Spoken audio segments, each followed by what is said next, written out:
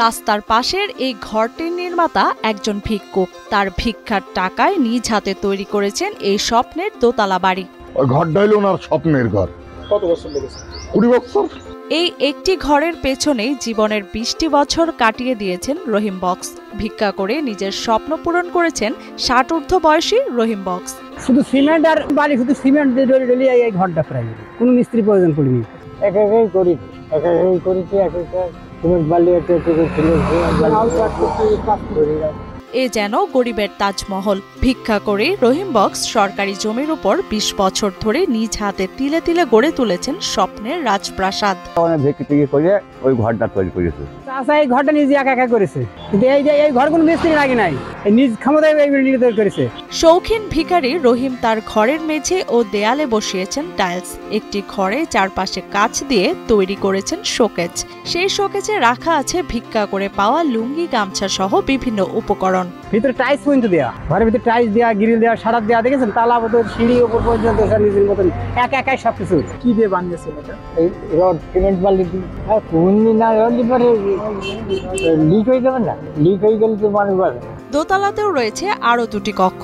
প্রতিদিন সকাল ও বিকালে এখানেই রান্না করেন রহিম বক্স। কোনোদিন আলু ভর্তা বা কোনোদিন সবজি খেয়ে এভাবেই কাটছে তার দিন।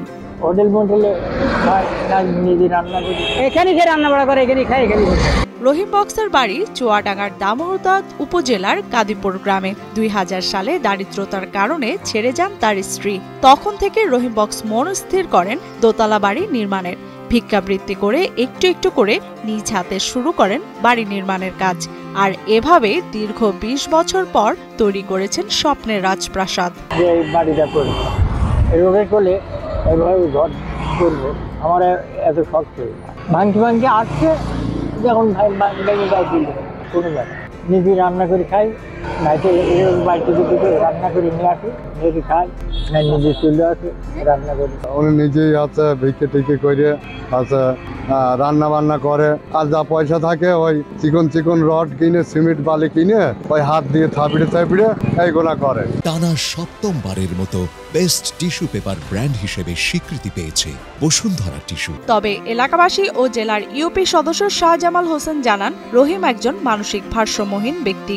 স্ত্রী চলে যাওয়ার পর থেকেই তার এই অবস্থা।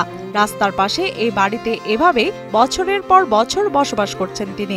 বিভিন্ন ধরনের সরকারি যে প্রজেক্টগুলো আসে এখানে এই রাস্তা সংস্কারের জন্য, এসে এখানে দেখে উনি ঘরের সামনে উঠে দাঁড়িয়ে থাকে যে না, আমি এই ঘর ভাঙতে দেবো না। এই জন্যই সরকারি যে সমস্ত ইঞ্জিনিয়াররা আসে বা যে সমস্ত কন্ট্রাক্টররা হয়, তারা ওই ঘরে অক্ষত রেখে তারা চলে যায়। উনি প্রাথমিকভাবে কৃষিকাজ করে জীবিকা নির্বাহ করত, তারপরে মাছও ধরত। মোটামুটি সংসারটা ছিল কোনো রকম অসচ্ছলতার ভিতরে ওনার জীবনযাপন করত। কিন্তু এক পর্যায়ে ওনার ওই ঘর বাড়ির কারণে ওনার ওয়াইফের সাথে মনোমালিন্যের সৃষ্টি হয় এবং একটাই ছেলে থাকে তার। ওই ছেলেটা নিয়ে ওয়াইফটা চলে যায়। যাওয়ার পরে উনি এক পর্যায়ে মানসিক ভারসাম্য হারিয়ে ফেলে এবং ওইখানেই ওই একটা উপরে ছাবড়া করে ওই বাসার ভিতরে শুয়ে থাকতো। তারপরে ওই ঘর বাড়ির কারণে উনি মানসিক ভারসাম্য যখন হারিয়ে ফেলে, ওই সময় ভিক্ষা শুরু করে। ভিক্ষা করে উনি ওই কিছু টাকা পয়সা জমায়, ওখান থেকে কিছু টাকা পয়সা খায়। আর ওই হয়তো 1 কেজি 2 কেজি সিমেন্ট কিনে ওইভাবে উনি 20 থেকে 25 বছর যাবত ওইটা করছে। বিভিন্ন সময় সড়ক বিভাগ উচ্ছেদ অভিযান চালালে বসত ঘরের ওপর বসে থাকতেন তিনি। তখন তাকে আর নামানো যেত না। প্রাণহানি এড়াতে ঘর ভাঙা থেকে বিরত থেকেছেন সড়ক বিভাগও। সেখানে গাড়ির সামনে শুয়ে পড়ে। কন্ট্রাক্টর এলো, কন্ট্রাক্টর এসে কন্ট্রাক্টর আসার পরে ওনার নাপ দি বললো, উনি নামার পরে কন্ট্রাক্টর বলছে মাপ চাই।